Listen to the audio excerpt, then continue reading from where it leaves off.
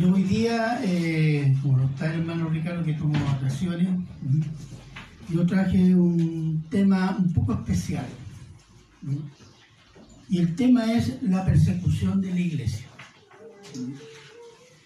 Y lo que voy a dar es un panorama un poco del pasado, del presente y del futuro, en base a lo que dice la Biblia. Y nosotros leímos ya el pasaje de Juan 15, 18 al 21 y Juan 16, versículos 2 y 3. Entonces esta va a ser como una larga introducción para poder más adelante profundizar algunos aspectos de la persecución a los cristianos.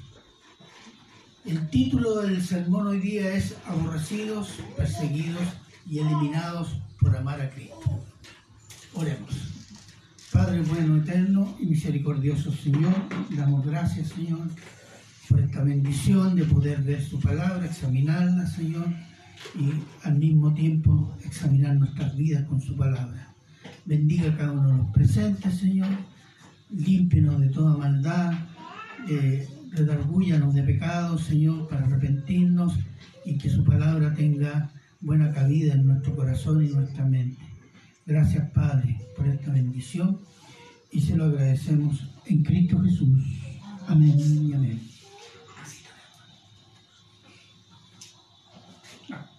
Gracias. Bien. El odio, la persecución y la eliminación de los hijos de Dios es una constante, hermanos, desde el inicio de los tiempos. La persecución, no solo a los cristianos, a los hijos de Dios en general, parte desde Génesis. Después que el pecado entró en el mundo por la desobediencia de Adán y Eva, ¿cuál fue el primer pecado después de la desobediencia de Adán y Eva? Fue un crimen. ¿El crimen de quién? De Caín. Caín mató a Abel. ¿Por qué? Mire lo que dice acá. Y dijo Caín a su hermano Abel: salgamos al campo. Y aconteció que estando ellos en el campo, Caín se levantó contra su hermano Abel y lo mató. ¿Y por qué dice la Biblia sobre eso? Por causa de la rabia, envidia y celos de Caín, debido a que Dios rechazó su ofrenda, la de Caín, y aceptó la de Abel. Y dice en 1 de Juan 3:12, porque sus obras, las de Caín, eran malas, y las de su hermano Abel eran justas. Ahí tiene el primer acto contra un hijo de Dios, desde el momento que entró el pecado. El odio, la persecución y la eliminación de los hijos de Dios es y ha sido una constante en la historia y se ha realizado a través de 3 métodos. 1, la tentación. ¿Se ha fijado que la tentación es tan cotidiana que ya no la vemos como tentación? Pero la primera tentación, ¿dónde estuvo? En Génesis 3. ¿Se acuerda? Del 4 al 6, te lo voy a leer. Cuando dice: entonces la serpiente dijo a la mujer: no moriréis. No, la serpiente negó lo que ha dicho Dios. Sino que sabe Dios que el día en que comáis de él serán abiertos vuestros ojos y seréis como Dios, y sabiendo el bien y el mal. Y seréis como Dios sabiendo el bien y el mal. Y vio la mujer que el árbol era bueno para comer y que era agradable a los ojos y árbol codiciable para alcanzar la sabiduría. Y tomó de su fruto y comió y dio también a su marido, el cual comió así como ella. Esa fue la primera tentación y que cambió todo. Hasta hoy día, ¿cierto? La tentación busca cambiar el propósito de Dios. Habla mal de Dios y apela a deseos íntimos de una persona, deseos que pueden llevar a la rebelión contra Dios. Y a veces nosotros pensamos que no es así, pero el diablo sabe que es así. y nos tientan. El segundo método, ¿cuál es? La falsa doctrina, la falsa enseñanza. Veamos Éxodo 32, del 7 al 9, hermano. Éxodo. Despertó. Éxodo 32. Éxodo 32, del 7 al 9. Y aquí lo tengo. Dice: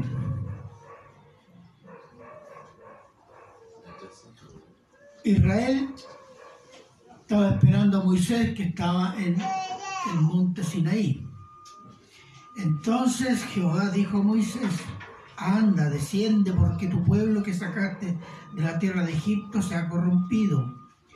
Pronto se han apartado del camino que yo les mandé, se han hecho un becerro de fundición y lo han adorado y le han ofrecido sacrificios y han dicho: Israel, estos son tus dioses que te sacaron de Egipto. 9. Dijo más Jehová a Moisés: yo he visto este pueblo, que por cierto es pueblo de dura cerviz. Dura cerviz significa, esta es la cerviz, el tronco. Y dura cerviz significa que no se inclinan, no se humillan, son altivos, miran así, siempre así, orgullosos. Pueblo de dura cerviz. Israel se autoengañó buscando su seguridad en un ídolo, reemplazó a Dios por un becerro de oro y lo proclamó como Jehová y lo adoró con un modo pagano. Mira lo que dice el versículo 6. Y al día siguiente madrugaron y ofrecieron holocaustos y presentaron ofrendas de paz, y se sentó el pueblo a comer y a beber y se levantó para regocijarse. ¿Sabe lo que significa ese regocijarse? Orgía. Adoraron en forma pagana, pero creían que estaban adorando en modo correcto al Dios verdadero, pero estaban engañados por una falsa enseñanza. Y fue juicio. Dios hizo juicio por medio de Moisés. Y la tercera forma es la persecución. Jueces 2, del 11 al 15.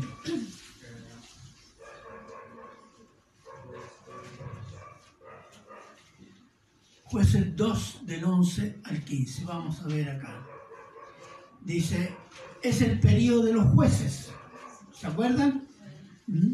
No había rey en Israel y cada uno hacía lo que bien le parecía. Se parece a estos tiempos, ¿no? Y dice: después los hijos de Israel hicieron lo malo ante los ojos de Jehová y sirvieron a los Baales.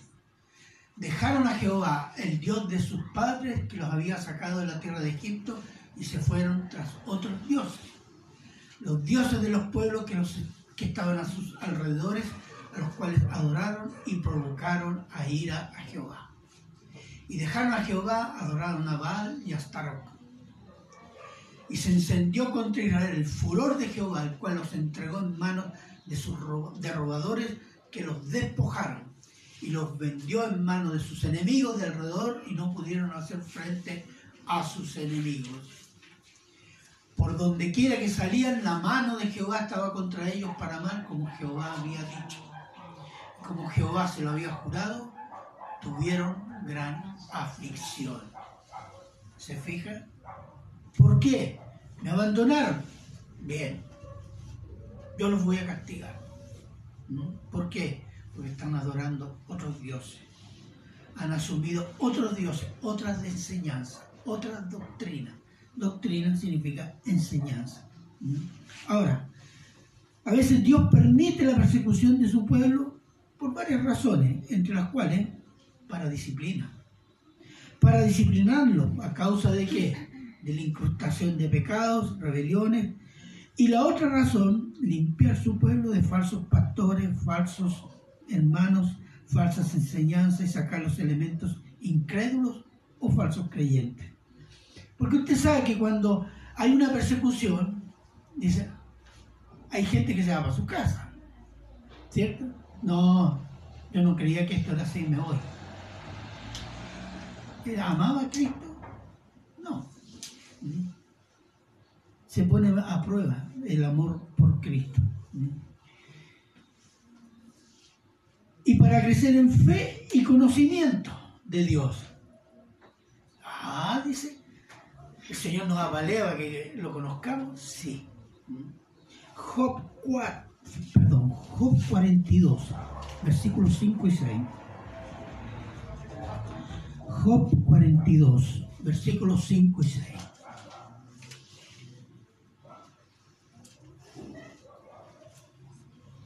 Job, no, todos han leído la historia de Job. ¿Qué dijo Dios al inicio de Job? ¿Has visto mi siervo? Fiel. ¿Y qué dijo el diablo? Te interesaba. Y le dijo, al final, la segunda prueba, ¿en qué consistía? Tócalo a él, su cuerpo, pero no su vida. Y el diablo, aunque es diablo, obedece a Dios, más que a nosotros, fíjese. Y fíjese, después de ese proceso tan tremendo, y de entablar un debate con sus amigos sobre Dios, ¿qué dice? ¿Qué dice Jonás a Dios? De oídas te había oído, mas ahora mis ojos te ven. Ahora yo te puedo no solo oír o lo que oí de ti, sino que ahora yo te puedo palpar porque te he experimentado. Ese es el problema. Eso es lo que Dios quería. No lo castigó porque era un mal hombre. Incluso él dice, mi siervo fiel. Pero yo quiero que me conozca mucho más. Y ahí declara, por tanto me aborrezco y me arrepiento en polvo y ceniza. Ese es un nombre de Dios. Me arrepiento porque no te conocía. Me arrepiento porque dije cosas indebidas. Me arrepiento porque me creía ya bueno. Pero dice, me aborrezco y me arrepiento en polvo y ceniza. Y 3 son los agentes del ataque a los hijos de Dios. Uno es la carne. Por ese lado es nuestro lado débil, ¿no? De todo. Santiago 1, 13 al 15.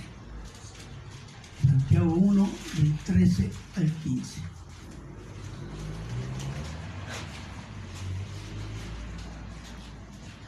Dice, cuando alguno es tentado, no diga que es tentado de parte de Dios, porque Dios no puede ser tentado por el mal, ni Él tienta a nadie, sino que cada uno es tentado cuando de su propia concupiscencia es atraído y seducido. Entonces la concupiscencia, después que ha concebido, da a luz el pecado, y el pecado siendo consumado, da luz a la muerte. Amén. La concupiscencia, ¿qué es lo que es? La concupiscencia es lo que tenemos dentro y se llama naturaleza pecaminosa, hermanos. Eso es lo que se estimula con la tentación. La tentación, y se llama tentación porque precisamente tiene el propósito de hacer caer. La tentación actúa sobre nuestra naturaleza caída y rebelde, centrado en nuestra autocomplacencia. El segundo agente es el mundo. Primera de Juan 2:16.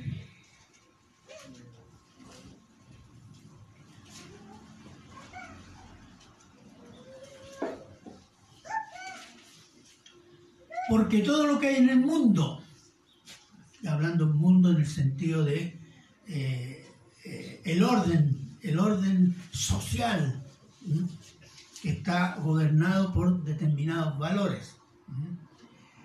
Entonces, porque todo lo que hay en el mundo, los deseos de la carne, los deseos de los ojos y la vanagloria de la vida, no proviene del Padre, sino del mundo.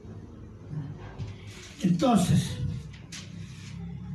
¿cuál es la característica del mundo? ¿Qué es lo que nos ofrece el mundo? La vanagloria de la vida. ¿Qué es lo que ofrece el mundo? Miren, déjenme decirles algunas cosas. Ofrece un brillo que dura poco, oropel, La vanagloria de la vida es buscar la aprobación del mundo, el aplauso del mundo y los premios del mundo, colocando a Dios en último lugar. Buscar la aprobación del mundo. Eso está haciendo la iglesia, muchas iglesias hace muchos años. Está buscando el aplauso de los gobiernos, el aplauso y la bendición casi de los incrédulos. Entonces hay que comportarse como incrédulos para que los incrédulos lleguen a Cristo. Mentira. Ha significado que traer el mundo a la iglesia significa que la iglesia se ha mundanizado. Y a eso lo llaman éxito. Sí, lo llaman éxito. Sin entender que el mundo está gobernado por los deseos y valores del diablo, que es el Dios, entre comillas, Dios con minúscula, de este mundo. Y el tercer agente es el diablo. Segunda de Corintios 4:4.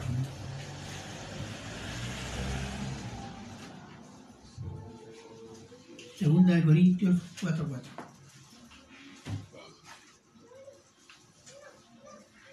En los cuales el Dios de este siglo, significa este tiempo, cegó el entendimiento de los incrédulos, para que no les resplandezca la luz del Evangelio, de la gloria de Cristo, el cual es la imagen de Dios. Es decir, ¿qué hace el diablo para enceguecernos? Deseos pecaminosos, enseñanzas falsas, y toda enseñanza valórica del mundo, ¿cuál es? No necesitas a Dios, tú puedes. Sigue tu corazón, ahí está la verdad. Todo andará bien si sigues tu corazón. ¿Y qué dice la Biblia? Engañoso es el corazón. ¿Se fijan? Y la gente dice, ¡oh, qué tierno, qué linda palabra! Son maléficas. Y la otra, enceguece el entendimiento con falsas doctrinas e intimida con la persecución. Primera de Pedro 5:8. Primera de Pedro 5:8. Sed sobrios y velad, porque vuestro adversario, el diablo, como león rugiente, anda alrededor buscando a quien devorar. Ese quien devorar es caer. Y lo hace caer falsa doctrina o miedo. Miedo a la persecución. Miedo a que si voy a predicar me tiren piedra. El diablo es especialista en meter miedo, hermano. Es su arte. Y a veces nosotros le compramos. Es el diablo el promotor y el articulador e instigador de las tentaciones, de las falsas doctrinas y la persecución a los hijos de Dios. Y usa a los incrédulos, usa el dinero, usa el éxito del mundo, usa el sexo, usa el miedo. Pero el diablo es una criatura que tiene que pedir permiso. ¿Sí o no? Sí, menos mal. Lucas 22, 31 al 32.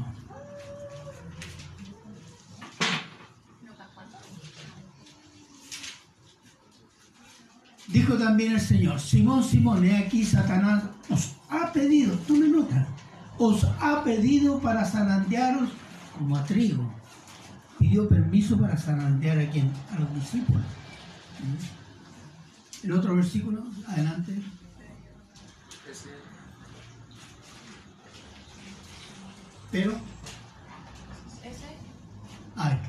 Pero yo he rogado por ti, que tu fe no falte y tú una vez vuelto, confirma a tus hermanos.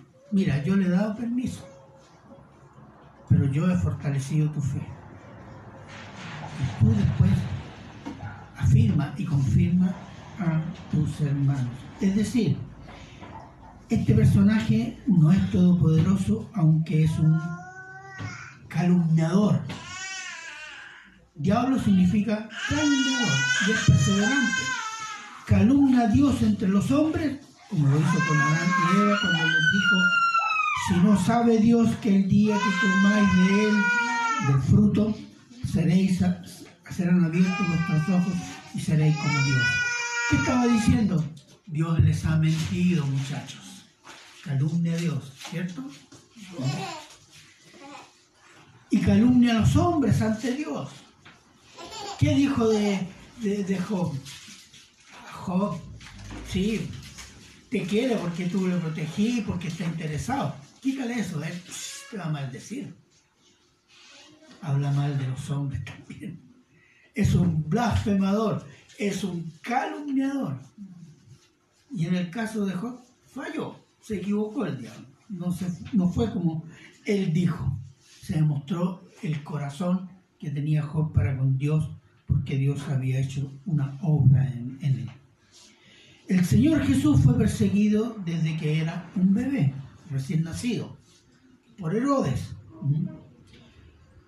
Fue rechazado por los judíos, acosado y acusado por las autoridades judías, procesado ilegalmente y asesinado en una cruz romana, pero resucitado para la gloria de Dios y gozo y restauración de los discípulos. Veamos Hechos 2, 23, 24.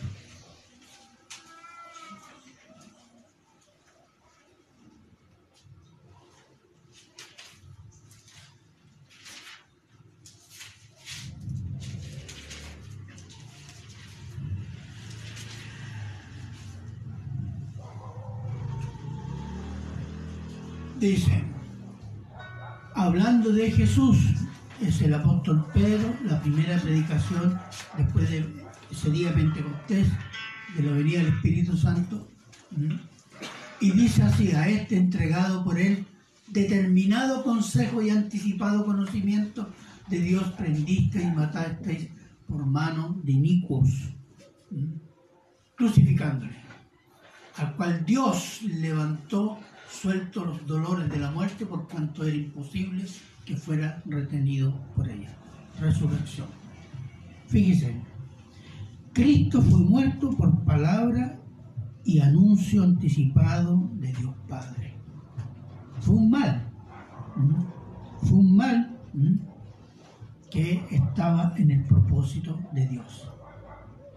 Hay algo que tenemos que entender sobre el mal y la persecución. El mal en el mundo y las persecuciones de su pueblo son por voluntad decretada de Dios o la voluntad permisiva de Dios.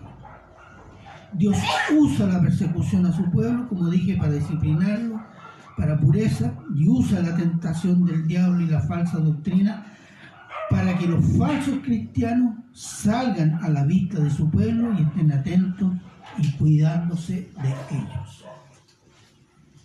Eso es fundamental. La falsa doctrina es un juicio sobre quienes la creen y la siguen y quienes la promueven. Pero también eso permite al Hijo de Dios ver cuáles son los falsos y cuidarse de ellos y poder ser fiel a Dios. Es una forma en que Dios está protegiendo a su pueblo, hermanos. El Señor Jesús advirtió a los discípulos sobre 3 reacciones del mundo a Cristo: el Evangelio y a la iglesia de Cristo.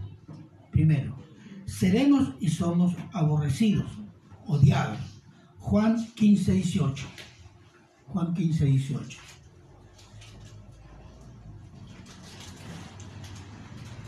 Si el mundo os aborrece, sabed que a mí me ha aborrecido antes que a vosotros. Es el primero. Segundo, seremos y somos perseguidos. Juan 15, 20.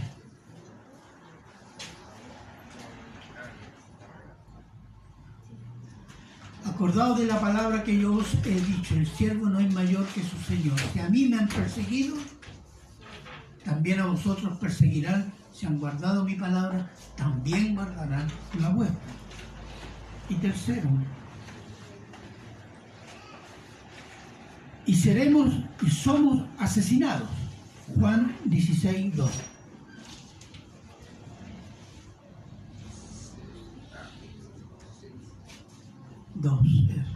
Os expulsarán de las sinagogas Y aún viene la hora cuando cualquiera que os mate pensará que rinde servicio a Dios. Miren, hermanos, ¿por qué razón harán eso? Veamos 16:3. Harán esto porque no conocen al Padre ni a mí. Miren, no importa que sean religiosos los que lo van a perseguir, o religiosos antes han perseguido a cristianos, no conocen a Cristo, no conocen a Dios. No importa lo que digan, lo que profesan, no importa sus ritos y sus templos. Si persiguen a un cristiano verdadero, ellos no conocen a Cristo ni conocen a Dios. El mundo rechaza a Dios como forma de vida, como forma de pensar, como forma de sentir. Por tanto, Dios ha elegido pecadores para salvación por medio de la fe. Por ello el Señor Jesús, antes de ir a la cruz, oró por los creyentes presentes, por los creyentes futuros, y no oró por el mundo. Juan 17, ¿se ha fijado, ha leído eso? No oró por el mundo. ¿Oró por quién? Por los creyentes. Veamos Juan 17, 9, 10. Juan 17, 9, 10. Yo ruego por ellos, no ruego por el mundo, sino por los que me diste, porque tuyos son los creyentes. Y todo lo mío es tuyo y todo lo tuyo mío, y he sido glorificado en ellos. Amén. Veamos siempre Juan 17, 15, 16, 17.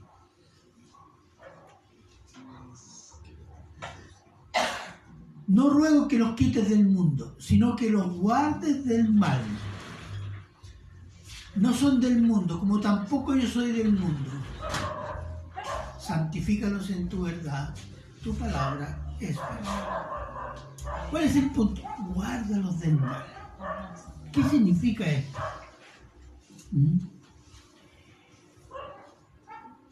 Los guardes del mal, significa esto que nos guarde del sufrimiento y las penas de la persecución, incluso de la muerte. Uno se pregunta, no. La historia de la iglesia no nos dice eso. Los mártires del cristianismo han sufrido cárcel, robo, humillaciones, tortura, muerte. Entonces, ¿de qué cosa debe guardarnos Dios según la oración del Señor Jesús? La respuesta es de preservarnos en la fe, confianza y amor a Cristo. El Señor Jesús mismo, cuando le dice a Pedro, os han pedido para zarandearos. ¿Y por qué rogó el Señor Jesús? No voy a permitir que zarandeen a mis hijos. No, dijo, por la fe. Yo te voy a fortalecer en fe. Ese es el punto cuando dice, guárdalos del mal. Que nos guarde en fe, en santidad y en amor a Cristo. Ese es el punto del cristiano. El Señor no promete que no nos van a matar. El Señor promete sí que va a salvaguardar la obra de Cristo en nosotros, porque Dios Padre es fiel al Hijo. Ese es el punto.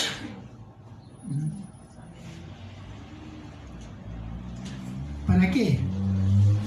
1 Corintios 1:8.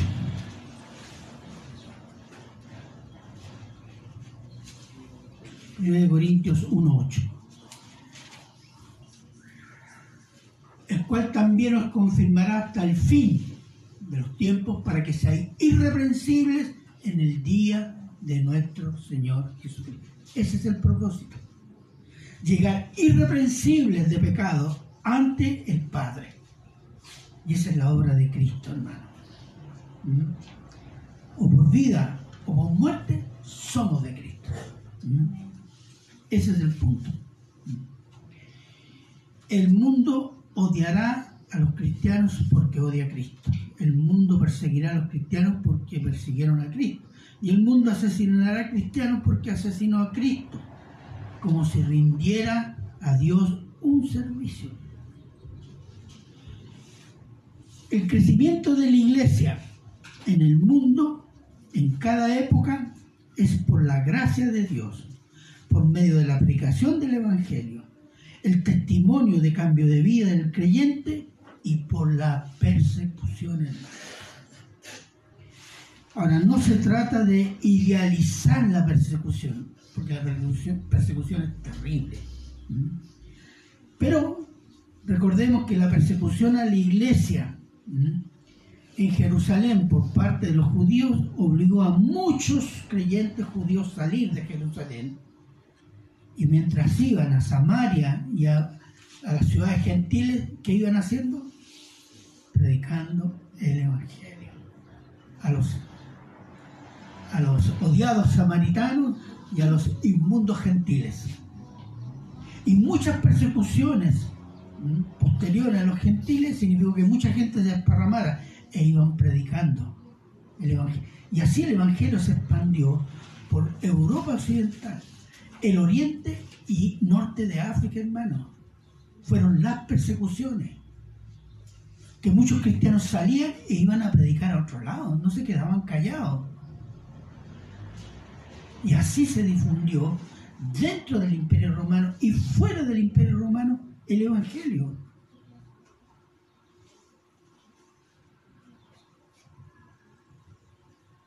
Los primeros cristianos después del día de Pentecostés fueron perseguidos por los judíos. ¿Cuál fue la acusación a los cristianos? La secta de los nazarenos. Un nazareno, un ajusticiado como brujo y blasfemo. Y además, estos nazarenos son libertinos, porque despreciaban la ley de Moisés. Esas eran las acusaciones. ¿Verdaderas? Falsas. Pero no es novedad. El más importante de los perseguidores de la iglesia en ese tiempo fue un fariseo que se llamaba Saulo de Tarso. ¿Se acuerdan de él? Era terrible.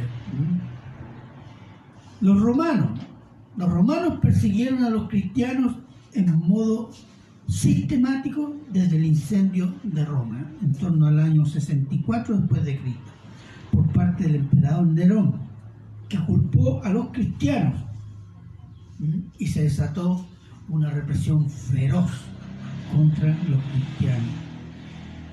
La persecución posterior a eso fue local, a veces general, a veces intensa, a veces menos intensa, a veces, pero así fue hasta el año 313 después de Cristo, cuando el emperador Constantino y Licino firmaron el decreto de tolerancia en Milán.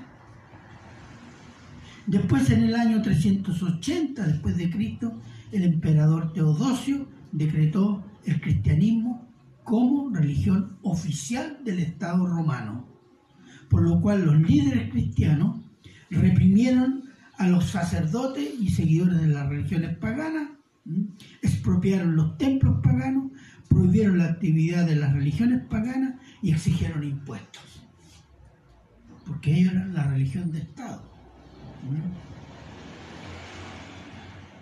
Después de la caída del Imperio Romano de Occidente, 476 después de Cristo, lo único que queda en Occidente en pie es la iglesia.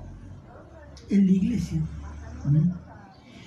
Y la iglesia se convierte en el Estado romano.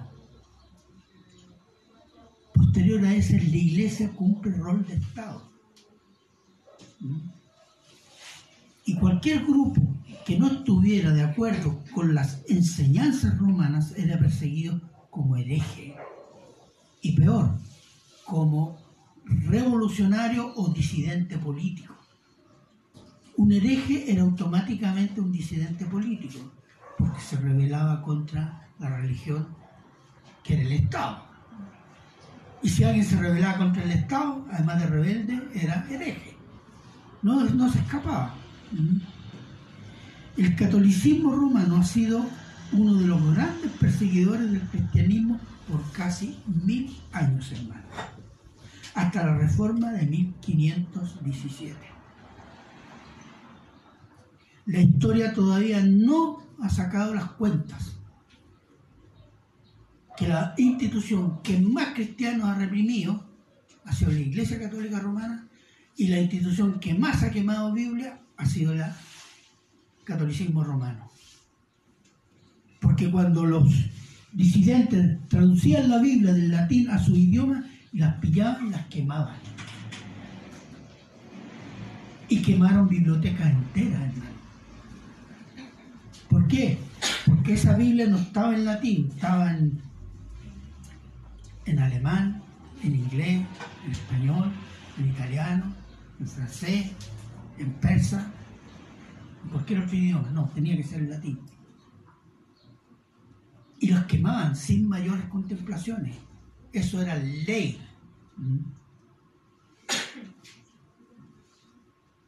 Y el catolicismo romano perseguía a los cristianos como herejes, pensando que hacía un servicio a Dios, hermano. Por Dios, en el nombre de Cristo, perseguían, torturaban y quemaban cristianos. ¿Qué dijo el Señor Jesús?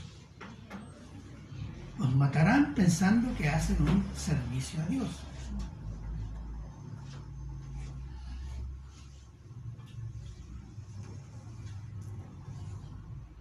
Pero si para los católicos romanos los cristianos eran herejes, para el Imperio Romano anterior también fueron herejes y ateos.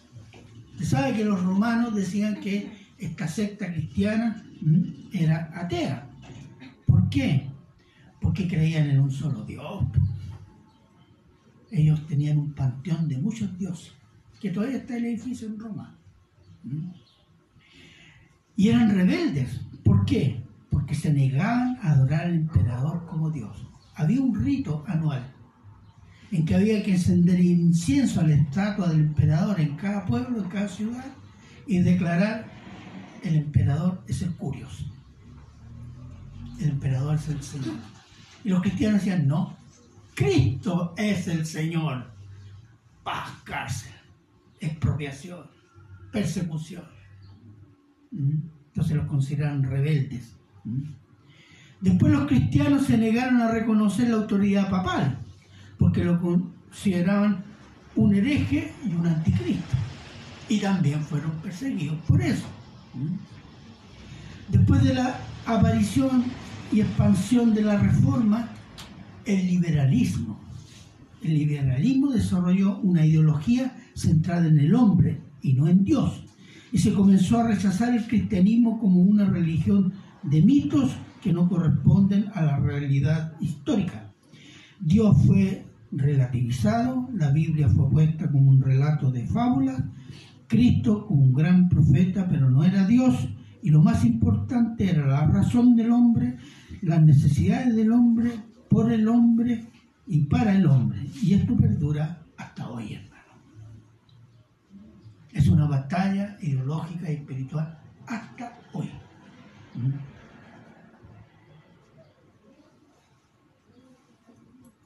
Y también los islámicos. ¿Ustedes piensan que los islámicos comenzaron ahora a reprimir a los cristianos? No, hermano. Miren, los islámicos o musulmanes que comenzaron a imponerse en el Oriente y en Europa Oriental desde el año 700 después de Cristo. Y en el año 700 ellos ocuparon la mayor parte de España. Y las invasiones y guerras de los musulmanes eran fundamental para ellos reprimir y eliminar el cristianismo, porque lo consideraban una religión hereje. Jesús no era un profeta, pero no era Dios.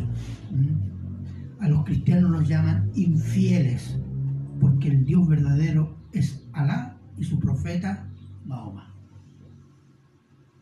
Y el que no acepta eso, hay serias consecuencias. Y ello es así hasta hoy, hermanos. Hasta hoy.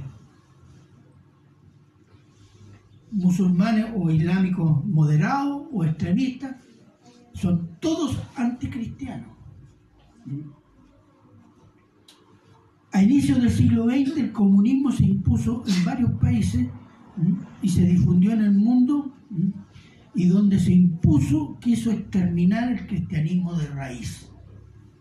Porque la religión, dijo, es el opio de los pueblos. Como decir, es una droga que no deja progresar al hombre y a la sociedad.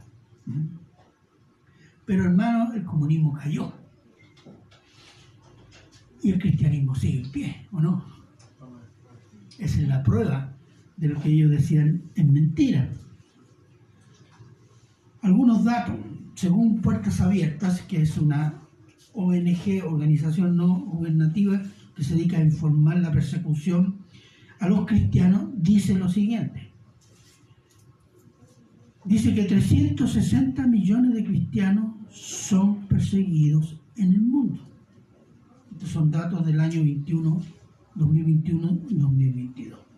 Ahora, los cristianos serían 2.500 millones entre evangélicos, católicos romanos, ortodoxos orientales, testigos de Jehová, adventistas, mormones, coptos egipcios y otras minorías, de los cuales los cristianos, los evangélicos seríamos, según estas cifras de las Naciones Unidas, 630 millones en todo el mundo.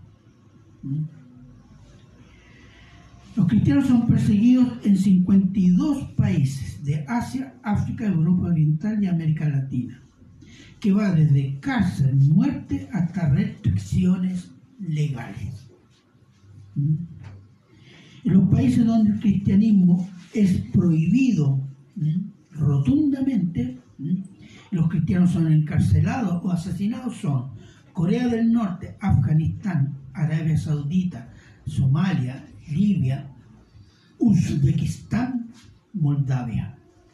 Maldivas.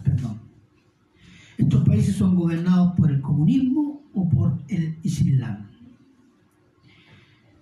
De las personas religiosas perseguidas en el mundo, el 75% son cristianos. Y está hablando de varias denominaciones, ortodoxos, católicos, evangélicos, en fin. Pero hay un fenómeno nuevo en la persecución a los cristianos, y está en los países occidentales, que tradicionalmente se declaran cristianos y tienen costumbres y tradiciones de origen cristiano. Estamos hablando de Europa, Australia, Nueva Zelanda, Canadá, Estados Unidos, Centroamérica, Sudamérica. Es un área que tradicionalmente se considera el occidente cristiano o de origen cristiano, en los cuales se está imponiendo la ideología de género y los derechos de la mujer por sobre los derechos de los hombres, el aborto y la transexualidad. La ONU es el medio por el cual se está imponiendo estas perversidades, presionando a los gobiernos.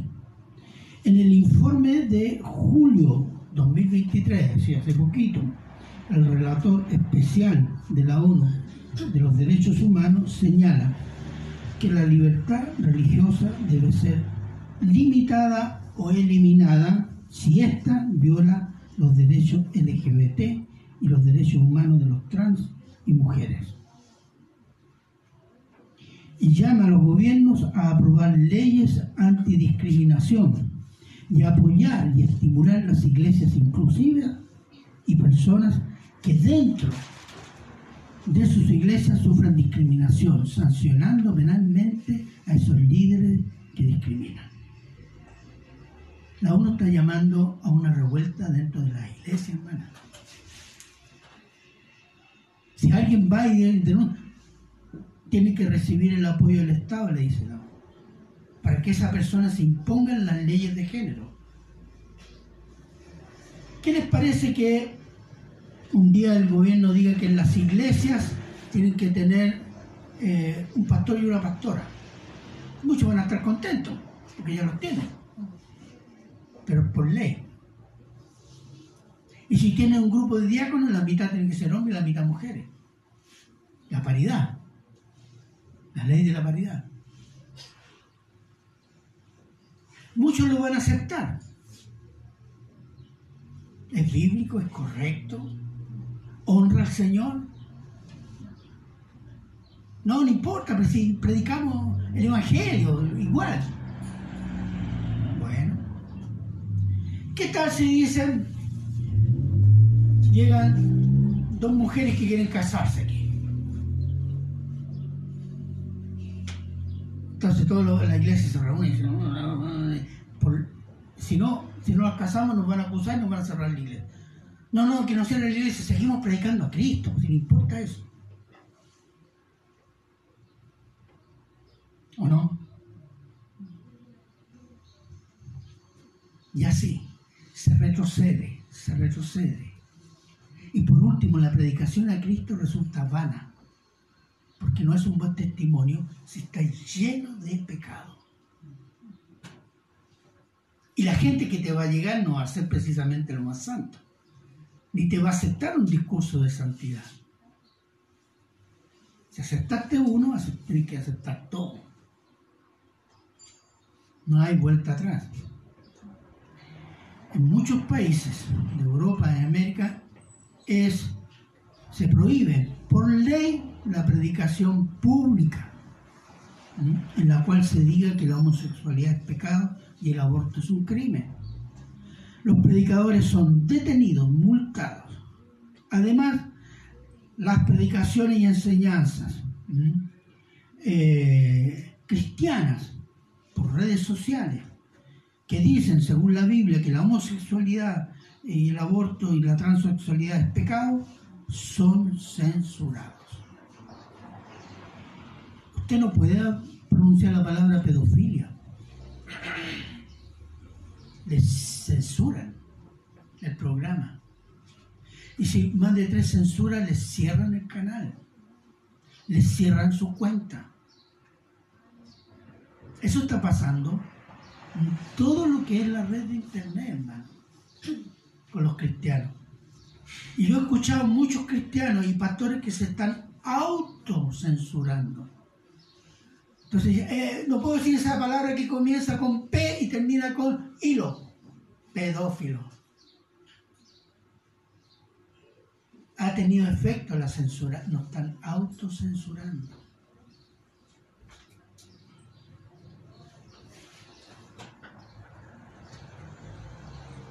Entonces, son censurados y se está acusando al cristianismo bíblico como discriminatorio y sin amor. Esta es una acusación que viene directamente de los burócratas de la ONU, hermano. Es una articulación ideológica que ha sido estudiada, preparada y aplicada. Esto no es un producto de un estudio bíblico de alguien que yo veo más el amor que el otro. No. Esto ha sido planificado, hermano.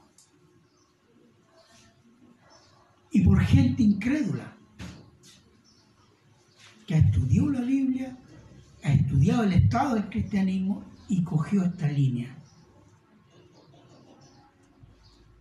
No solo discriminamos, de consecuencia, si discriminamos, no tenemos amor. No tenemos amor de Dios. Usted durante la pandemia esto lo escuchó, pero... Y yo lo he escuchado, incluso en iglesias. Que si hablamos mal de los homosexuales y decimos que es pecado, estamos discriminando. Que decimos que si el aborto es un crimen, estamos discriminando.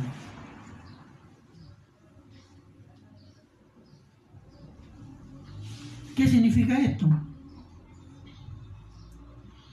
A pesar de que entraron en las iglesias, es un cerco ideológico, hermanos.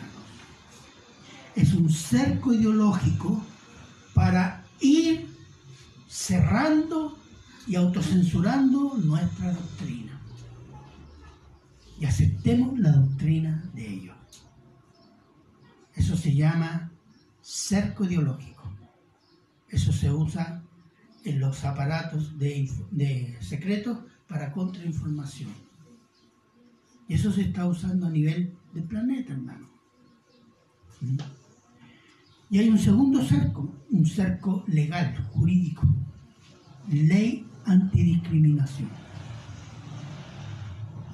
Aquí en Chile se discute y se comienza a discutir una ley negacionista, contra los negacionistas. Empiezan a decir, no, que niega la dictadura de Pinochet, pero después sigue lo otro. Solo que no te lo mencionan, pero está en la ley.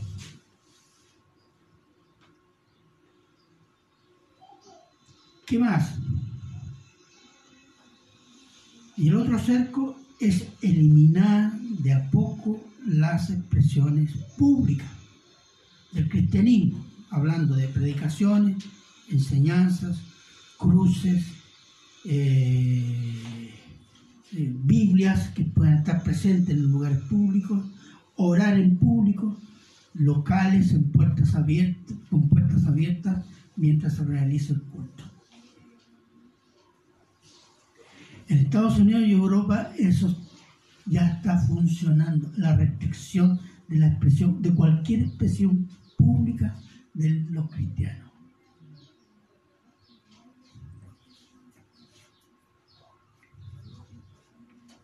Esta persecución al cristianismo es más peligrosa que todas las anteriores y las actuales del comunismo y del Islam. Mire, la del comunismo y la del Islam, aunque tienen cuestiones religiosas o cuestiones ideológicas como el ateísmo,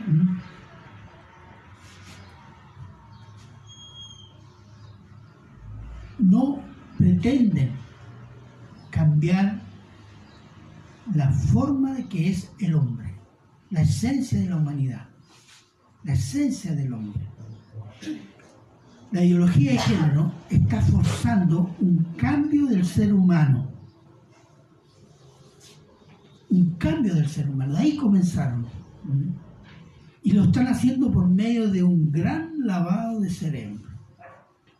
Un cambio de su naturaleza, como Dios la creó. Y como nos reproducimos. Esta ideología dice que el hombre puede ser mujer y la mujer puede ser hombre o animal. Y eso es un derecho. Y se está legalizando en eso.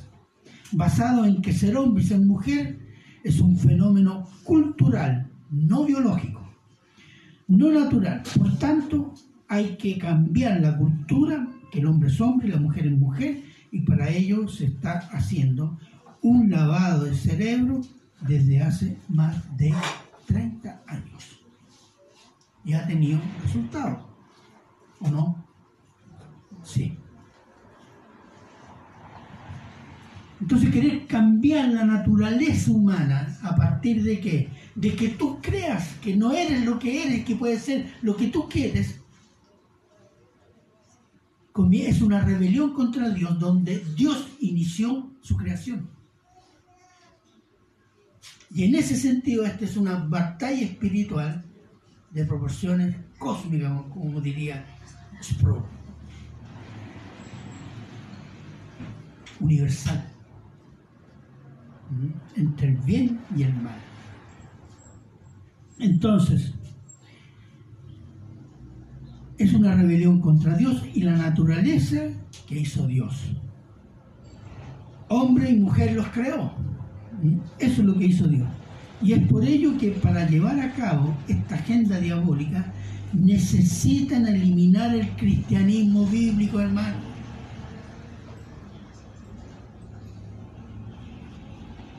Los cristianos o se someten o desaparecen. Esa va a ser la alternativa. Ellos van a cambiar la Biblia, van a eliminar el cristianismo a los cristianos fieles. Pero esta guerra, hermano, está apenas comenzando. tenemos un vislumbre de lo que ya se instaló, el cerco que se instaló. Está instalado ya, legalmente, ideológicamente, culturalmente. Se tiene que afianzar para después comenzar a apretar con el cerco.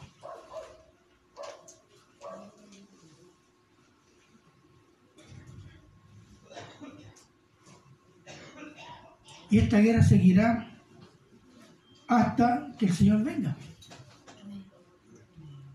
Miren lo que dice Apocalipsis 13:7. Ya, hermano. Apocalipsis 13:7. ¿Qué dice? Al anticristo se le permitió hacer guerra contra los santos y vencerlos. También se dio autoridad sobre toda tribu, pueblo, lengua y nación.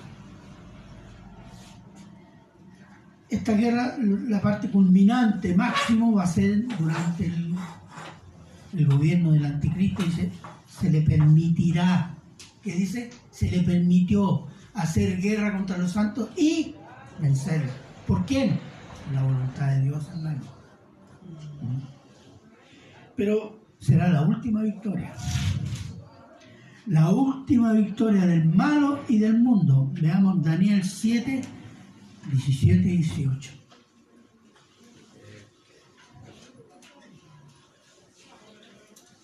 Daniel 7, 17. Estas cuatro grandes bestias son cuatro reyes que se levantarán en la tierra. Después recibirán el reino de los santos del Altísimo y poseerán el reino hasta el siglo, eternamente y para siempre. Y eso será por el triunfo de Cristo. El triunfo de Cristo.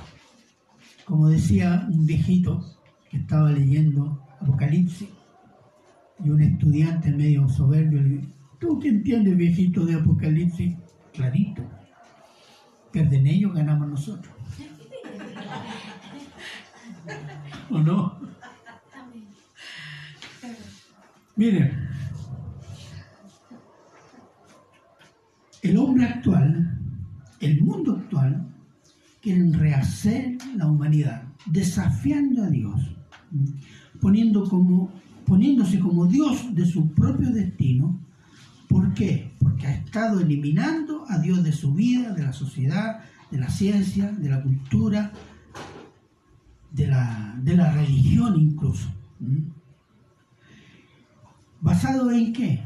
En el progreso científico y tecnológico.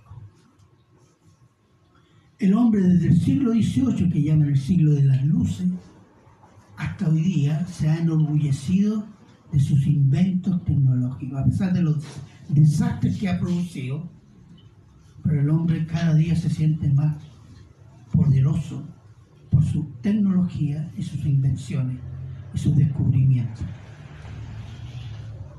Hay algo que se llama transhumanismo. El transhumanismo significa evolución, dirigir la evolución con la tecnología. Eso significa, en donde nosotros nos vamos a perpetuar, no por 80 años, tal vez por 200, 300, 400. Trascender a la inmortalidad por medios humanos. ¿Qué se está cumpliendo ahí? ¿Qué fue lo que dijo el diablo en Génesis? Seréis como Dios. Y el hombre compró. Y el hombre actual sigue comprando.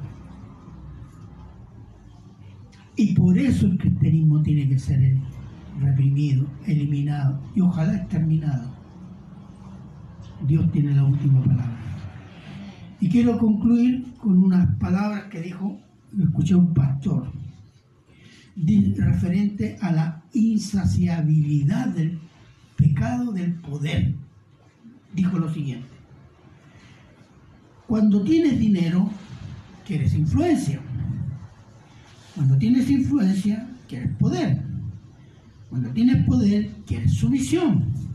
Cuando tienes dinero, influencia, poder y sumisión, quieres ser Dios.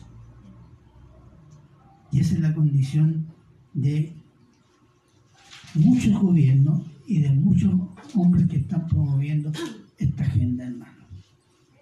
Este es el contexto de la persecución. Y nosotros debemos aprender mucho de los hermanos que fueron perseguidos antes. La gracia de Dios, porque no es una cosa humana, la gracia de Dios les dio la capacidad de resistir, incluso y en el dolor más terrible, alabar al Señor. Como dicen las crónicas, los cristianos cuando iban al circo y le echaban los leones, cantaban glorias al Señor. ¿Por qué? Porque iban a encontrarse con Él. Eso es gracia, hermano. Eso no lo afrontamos humanamente o con fuerzas humanas. El Señor dará la gracia necesaria. Ore. Y yo lo dejo hasta aquí para que usted piense en eso y más adelante algunos aspectos me interesa profundizarlo. Amén. Oremos. Padre bueno, eterno y misericordioso Señor, grande es su bondad, Señor. Y quiero rogar, Señor, que esta palabra suya, esta instrucción que hemos recibido, Señor, te la pueda hacer fructificar en los corazones de esta iglesia, de cada uno, de los que lo van a oír por internet, Señor. Gracias, Señor, por esta bendición de abrirnos los ojos y darnos entendimiento de la vida cristiana y de lo que usted tiene preparado para nosotros. Gracias, Padre, y se lo agradecemos en Cristo Jesús. Amén. Bien, hermano, ¿no?